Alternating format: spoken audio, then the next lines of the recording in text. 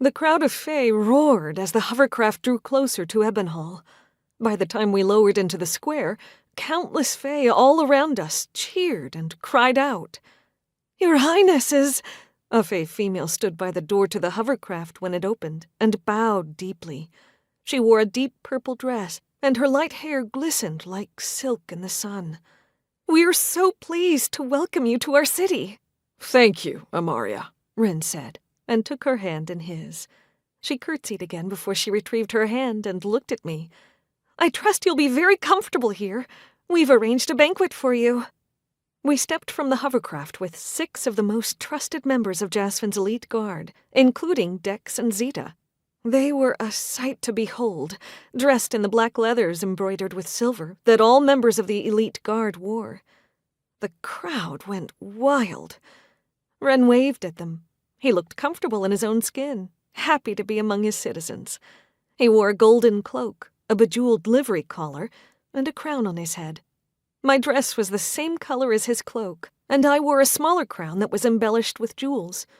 We were the king and queen of Jasvin.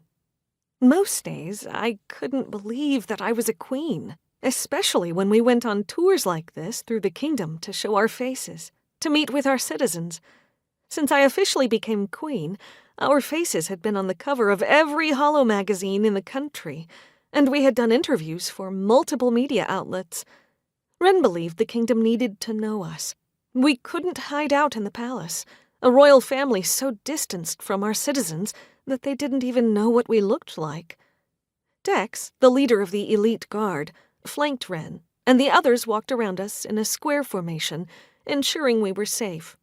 Zeta was one of the warriors of the king's elite guard, and she'd been there for me to spar with, to learn from, and to confide in. She'd combed her short blonde hair to the side and gave me a quick smile. She enjoyed these visits to the different cities as much as I did. "They love him," I said to Zeta. She shook her head. "They're not losing their minds because of him, Your Highness." I glanced at her. The guards insisted on using my title when they addressed me in public. It was strange hearing Zeta talk to me like that when, at home, we were friends, and we did away with formalities. "This is all because you're here," Zeta added. "They love you."